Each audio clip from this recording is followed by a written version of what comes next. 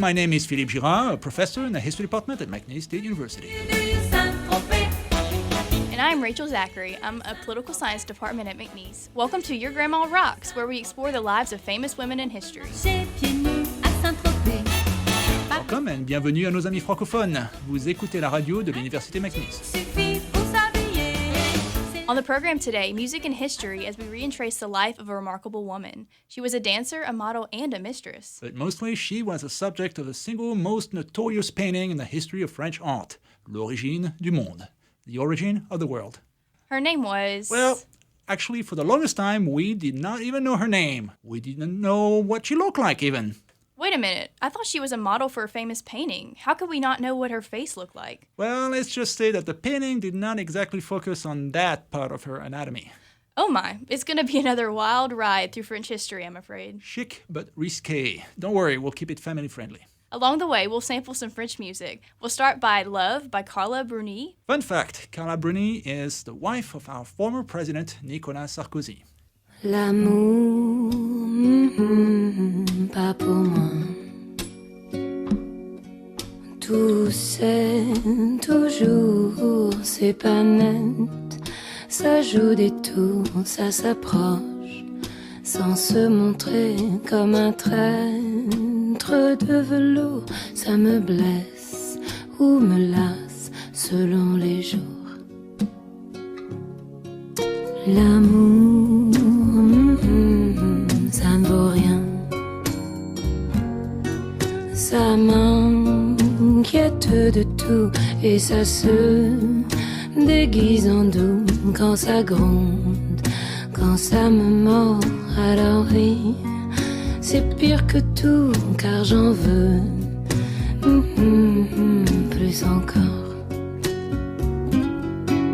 Pourquoi faire ce tas de plaisirs, de frissons, de caresses, de pauvres promesses? À quoi bon se laisser reprendre le cœur en chemin, ne rien y comprendre? C'est une embuscade, l'amour, ça me va pas.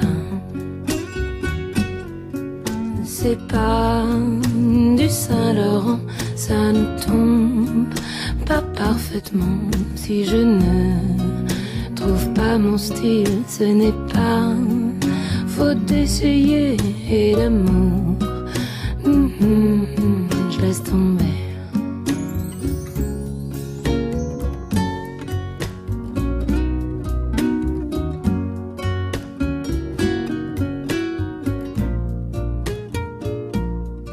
Bonjour and welcome back to Your Grandma Rocks. Nous venons d'écouter L'amour par Carla Bruni. Je m'appelle Philippe Girard. And I'm Rachel Zachary. Today we're exploring the life of the French model behind the scandalous painting, The Origin of the World. How did you hear about the painting in the first place, Philippe? Oh, it's quite well known in France. It was painted by Gustave Courbet, one of the key figures of the realist movement in the 19th century. Gustave Courbet? I know him. He did a wild self-portrait where it seems completely crazy. We covered it in class. I'm glad you were listening. That's the one. Also, the big funeral scene in a little small town. Yes, it's called L'Enterrement à Ornans. All right, so what about the mysterious painting? Well, The Origin of the World was painted in the 1860s for a private buyer. It made a big stir at the time, but Gustave Courbet only showed it to a few friends, and so did the various owners who came after him. So the painting was both well-known and little seen. Wow, so the plot thickens. So what did the painting show? Nobody knew for sure. There were a few copies floating around, supposedly made after a black and white photograph of the original, but it wasn't clear if they were accurate. Basically, we only knew of the painting through the select few people who had sneaked a peek. And... Based on their accounts, the painting was pretty racy. But the general public could not make an opinion for itself until the Musée d'Orsay finally acquired the painting in the 1990s. Oh, I love that museum. It's in a beautiful old train station in Paris and has all the most famous Impressionist paintings. I was actually a student in Paris when the museum first showed The Origin of the World to the public for the first time in 130 years. Wow, what was the year? That was 1995. That was the big cultural event of the season in Paris. The museum at Orsay put up quite a show. The painting was placed in a special section of the museum that was cordoned off with a security guard at the entrance, checking your ID to make sure that you were 18. It was quite a show. Wow, I never thought French people were such Puritans. Well, that was part of the game, I think. A way to whip up public interest before the big reveal. Speaking of which, when did you give us the big reveal? Drum roll, please. Ta-da! Okay, what did the painting show? Well, it showed a naked lady. Oh, I'm disappointed. Isn't that like half of Western art? I know, but we're not talking about a traditional nude. It was a close-up of a woman reclining in a provocative pose that hides nothing of her most private anatomy. And the most shocking aspect of the whole painting is that she had no legs, no torso, no arms, or no head. You mean that the painter just zoomed in on her lower body and cropped out everything else? Exactly. So basically, it's pornography. No, it's art. It's a really beautiful painting. I guess that's what makes it a larger philosophical debate. How do you define art? And how do you define pornography, for that matter? Well, philosophers have debated that question for 2,500 years, and we only have 30 minutes today, so we'll have to table that question for now. So what's the name of the painting again? L'origine du monde, the origin of the world. Oh, very clever. Now I get it. So maybe that painting was not meant as art or pornography, but simply as a big private joke. Maybe. You want a song? Sure, I definitely need some time to process all of this. Our next song is by Joyce Jonathan and is called Le Bonheur, which means happiness. Fun fact, the singer of that song used to be the girlfriend of the son of our former president, François Hollande. Wait, is every president of France dating a singer? No, that's it for today, I promise. Je passe le clair de mon temps, juste à passer le temps, repasser les chemises que j'ai portées le jour d'avant. Je passe le clair de mes nuits à repenser la vie, à passer en revue une dernière fois mon aujourd'hui. Alors je me dis, c'est peut-être que je vieillis. Je veux pas laisser passer ma vie. Le bonheur c'est pas le but mais le moyen. Le bonheur c'est pas la chute mais le chemin. Mon bonheur c'est toi. Mon bonheur tu le sais. C'est toi et moi sur l'oreiller. Je passe au peigne fin le fond de mes placards, les cahiers, les dessins que j'ai gardés du jardin d'enfants. Je passe mon temps à penser à l'avant, à l'après, à laisser décider. Je veux profiter de mon présent. Alors je me dis, c'est peut-être que je vieillis. Je veux pas laisser passer ma vie. Le bonheur c'est pas le but mais le moyen. Le bonheur c'est pas la chute mais le chemin. Mon bonheur c'est toi. Mon bonheur tu le sais. C'est toi et moi. C'est toi et moi. C'est toi et moi sur l'oreiller. Je passe les saisons sans rime ni raison. J'ai fait le tour de la question. Alors je me dis que même si je vieillis. Welcome back. I'm Rachel Zachary, co-host of Your Grandma Rocks, your favorite women's history show on KBYS. Et je suis Philippe Girard. Nous venons d'écouter la chanson Le Bonheur. Vous écoutez la radio de l'Université McNeese. On today's program, we're exploring Gustave Courbet's most notorious painting, The Origin of the World. It was hidden from public view for over 100 years until finally being available to the public in 1995. That painting depicts in graphic detail the most intimate parts of a woman, who is otherwise anonymous. Is it possible to see it without going to Paris? I mean, it's difficult to get a sense of the painting just by talking about it on the radio. Well, just Google The Origin of the World and it should pop up. Just don't do it in the middle of the McNeese computer lab. You might get some weird looks. Okay, will do. Or won't do. Okay, I'm not kidding. Several artists have posted pictures of the painting on their Facebook page to start a discussion on what constitutes art, and then Facebook closed down their account. So it is pornography. According to Facebook, it is, but one user claimed otherwise and sued Facebook for censoring free speech. Okay, well, let's backtrack a little bit. How did the painting come to being in the first place? That's an intriguing story in its own right. Courbet was already a well-known painter in the 1860s. Of course, he was a master of the naturalist school. Naturalists wanted to show the world as it is in a realistic way. So novelists would tell stories about real people from the working class, and painters would not try to idealize the world. Just like that painting of the funeral at Ornans that you were mentioning earlier. But I'm not sure where a nude fits in all of this. What is naturalist about it? Well, depicting the human body has always been a tradition in art. Conservative bourgeois morals were dominant in the 19th century, but even then it was acceptable to paint nudes as long as you followed certain rules. You could do dreamlike scenes with nymphs, and maybe a Greek goddess, as long as it was artistic and tasteful. Well, to some extent. Many 19th century paintings were set in the Middle East, in a sultan's harem with naked concubines lying around languidly. Those paintings look more erotic than artistic or tasteful to me.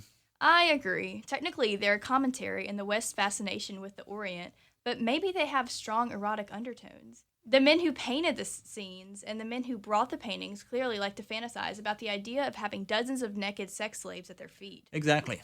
Okay, we need to talk about the male gaze.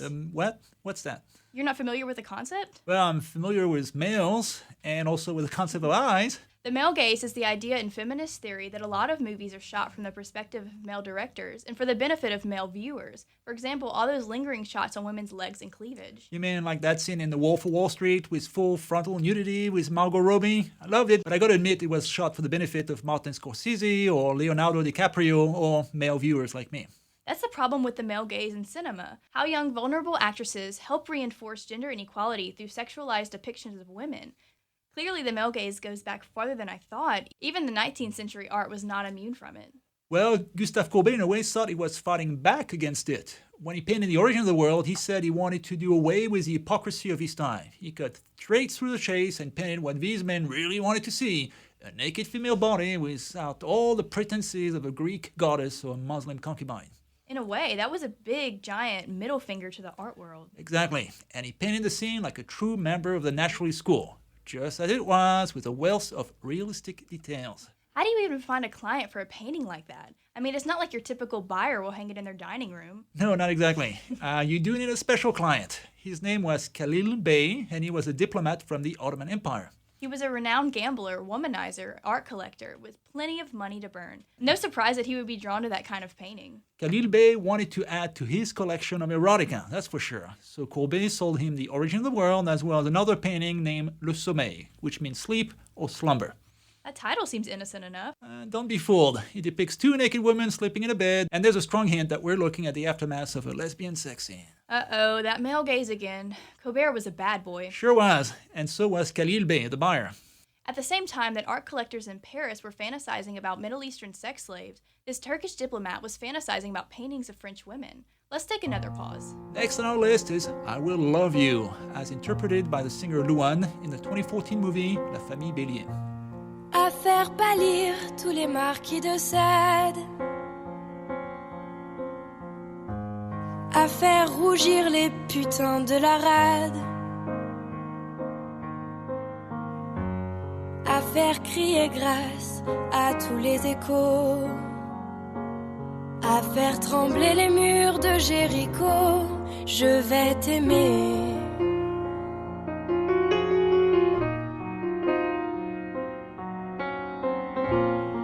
Faire flamber des enfers dans tes yeux,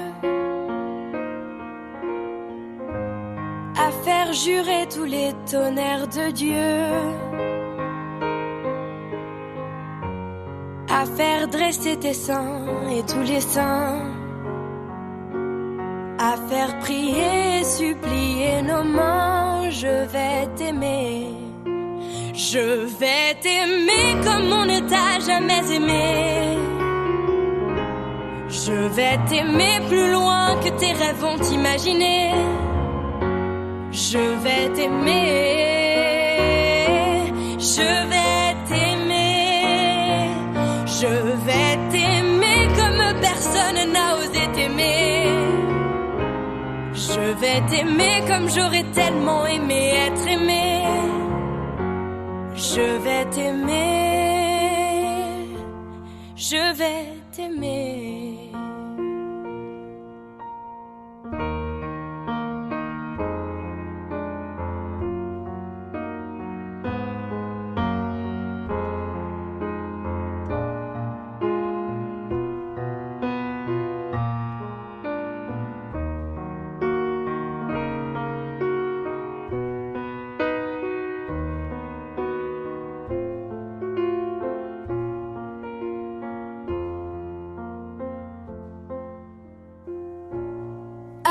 vieillir, à faire blanchir la nuit, à faire brûler la lumière jusqu'au jour, à la passion et jusqu'à la folie. Je vais t'aimer d'amour, à faire cerner, à faire fermer nos yeux, à faire souffrir, à faire mourir nos corps, à faire voler nos âmes au 7e cieux, à se croire mort et faire l'amour encore. Je vais t'aimer comme on ne t'a jamais aimé. Je vais t'aimer plus loin que tes rêves vont t'imaginer. Je vais t'aimer, je vais t'aimer, je vais t'aimer comme personne n'a osé t'aimer. Je vais t'aimer comme j'aurais tellement aimé être aimé. Je vais t'aimer, je vais t'aimer.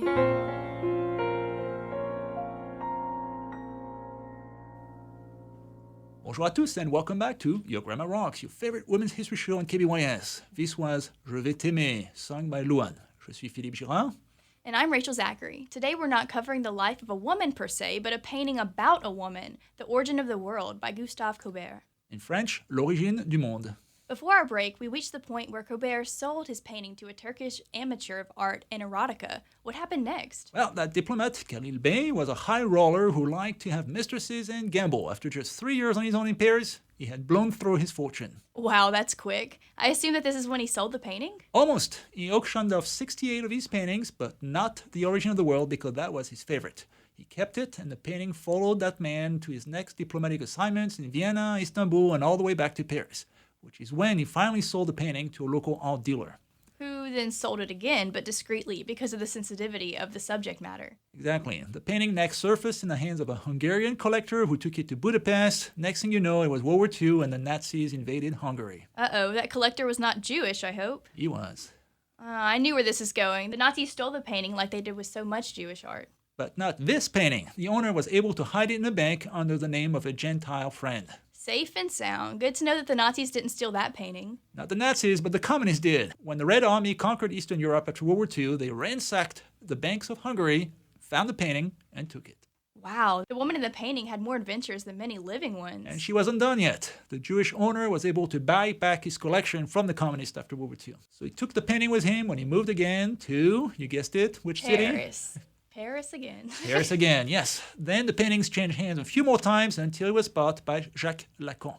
So the shrink? That sounds fitting. The kind of guys who fantasize about painting of a vagina needs to see a shrink about his mother. Right. The Origin of the World was so troubling even to a psychoanalyst that Jacques Lacan built a special frame where the Origin of the World was hidden behind another painting. And so, as always, people knew about the painting but couldn't see it. Exactly, until Lacan passed away and his family donated the painting to the French government to pay their inheritance taxes. Death and taxes, the only two things that are certain in life.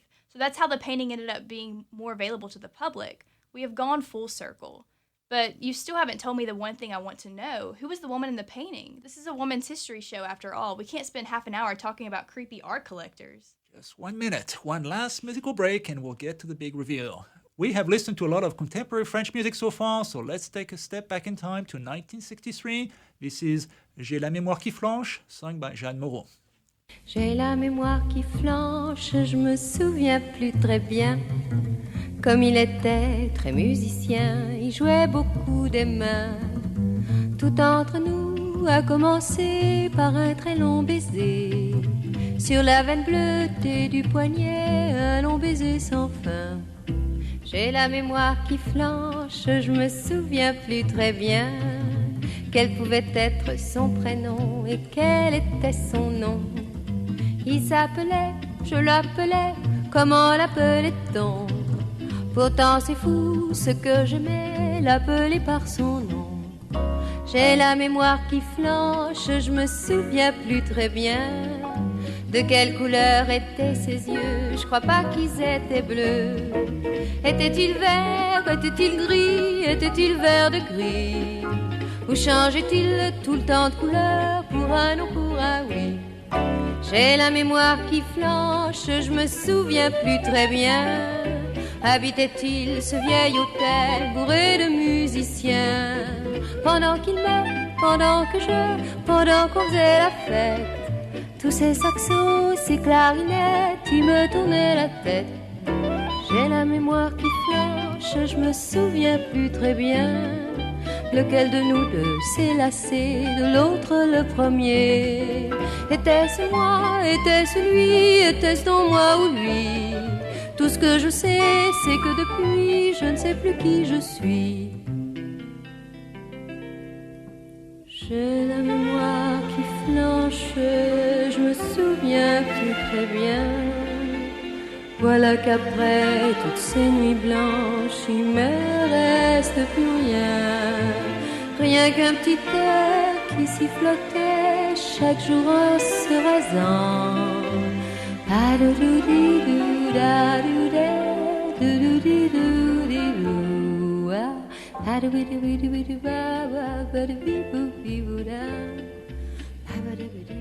This was J'ai la mémoire qui flanche, My Memory's Failing by Jeanne Moreau.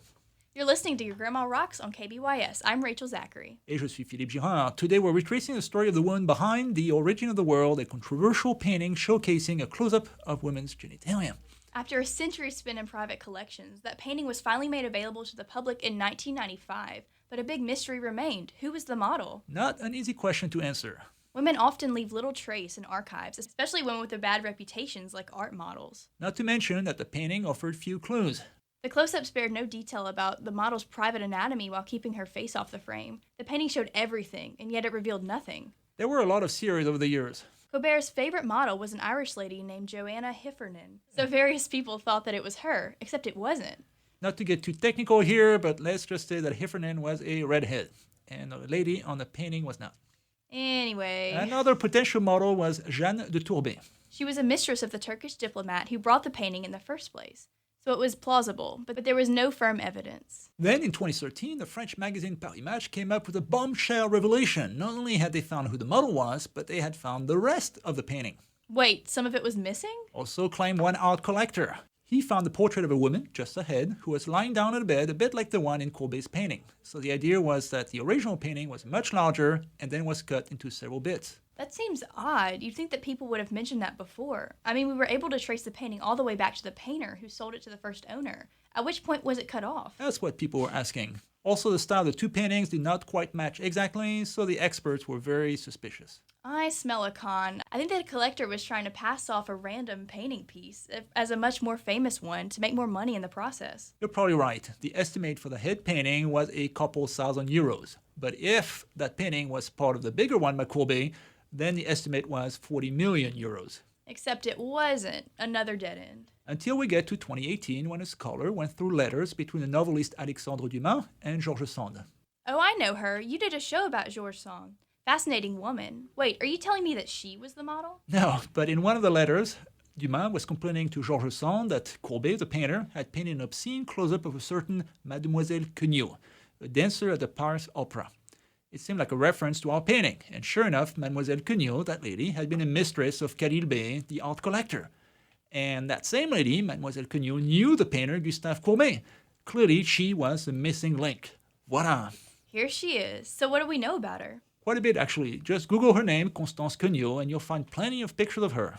Please tell me these pictures aren't too racy. I don't want to send our listeners on a tour of the dark corners of the internet. No, they're fully closed. In fact, it's very hard to reconcile those tame photos of Constance Queneau with the notorious painting, The Origin of the World.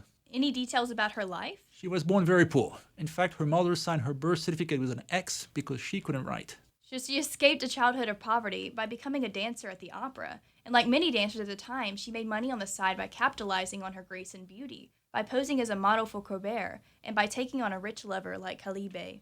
Interestingly, the third chapter of her life was completely different.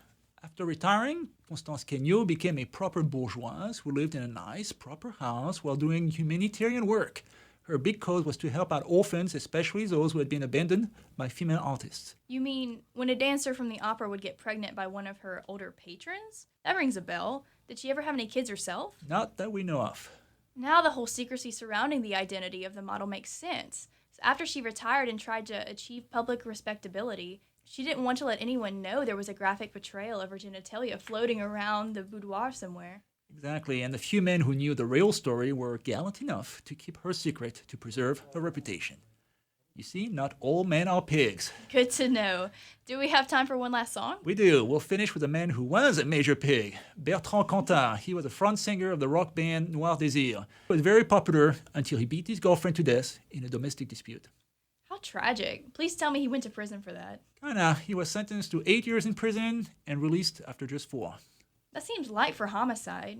Has he at least shaped up since? Kinda. He got married, and then his wife killed herself after complaining that he was mentally abusing her.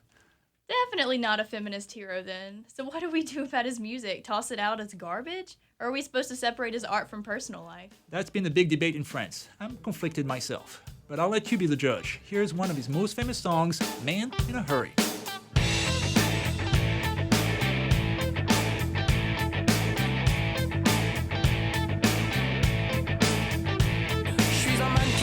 Avec un teint de soleil, ravalé, homme pressé, mes conneries proférées sont le destin du monde. Je n'ai pas le temps, je file ma carrière est en jeu. Je suis l'homme médiatique, je suis plus que politique et je vais vite, très vite. Je suis une comète humaine universelle. Je traverse le temps, je suis une référence, je suis omniprésent, je deviens omniscient. J'ai envahi le monde que je ne connais pas. Peu importe j'en parle, peu importe je sais. J'ai les hommes à mes pieds, 8 milliards potentiels de crétins asservis à part certains de mes amis du même monde que moi. Vous n'imaginez pas ce qu'ils sont gays. Qui veut de moi et des miettes de mon cerveau? Qui veut entrer dans la toile de mon réseau?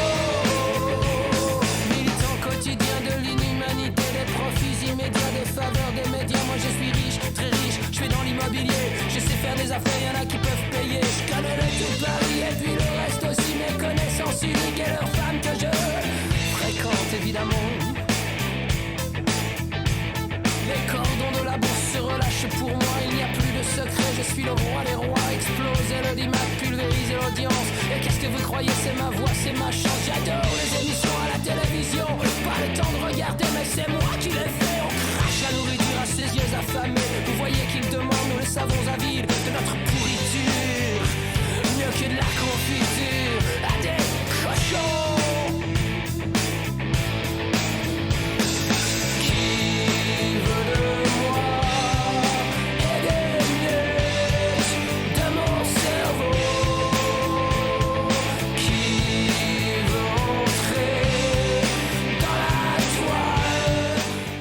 Bienvenue à tous, c'était Un homme pressé par Noir Désir. Je m'appelle Philippe Girin. And I'm Rachel Zachary. You're listening to Your Grandma Rocks on KBYS. Today we retrace the life of Constance Quimio, a poor woman in the 19th century France who became a dancer at the opera in Paris, and then the lover of Turkish diplomat, and then the model for an infamous painting by Gustave Courbet. That painting, The Origin of the World, has cast a long shadow over French art. Many novels and movies have been made about the painting and the lady behind it. In 1989, a feminist artist also painted The Origin of War, her take on the origin of the world. Don't Google that one. The painting is also a close-up, but this time of a man with a fully erect phallus. I get it, The Origin of War. Men are bad after all, except my co-host. Thank you. Probably my favorite interpretation of the painting is by Deborah du Robertis, an artist from Luxembourg. Ooh, she's fearless. In 2014, she went into the Orsay Museum, right where the painting is on display, lifted her skirt, sat down, and spread her legs to recreate the painting. That is an unusual take on the notion of a tableau vivant. Did she get in trouble? The museum guards called the police and escorted her out of the building, but when the director of the museum came to see what all the ruckus was about, he thought that it was the most avant-garde art performance he'd ever seen. He actually thanked her. Wow, what was she trying to say? Here it is. I wanted to lend my face to the origin of the world, as well as my voice, and say, I stand for all women. This was in 2014, before we knew of the model's identity. Right. Then she added this to her actions. It's also a well thought out commentary about censorship. Colbert created a scandal with a painting in 1866. These guards who tried to hide my body, it's just like they were hiding the paintings. We now have the answer to our earlier question. Where does art end and where does pornography begin? Somewhere around the body of Deborah de Robertis. At any rate, feminists loved it. By exposing herself in public, Deborah was reappropriating a painting that for 150 years had all been about men coveting the intimacy of women. Wow, what a life this painting had, and the model behind it. Indeed, we're glad we get to share it with you. This program was funded by a Juliet Hartner Grant for Women in the Humanities. Thank you and goodbye. Merci et au revoir.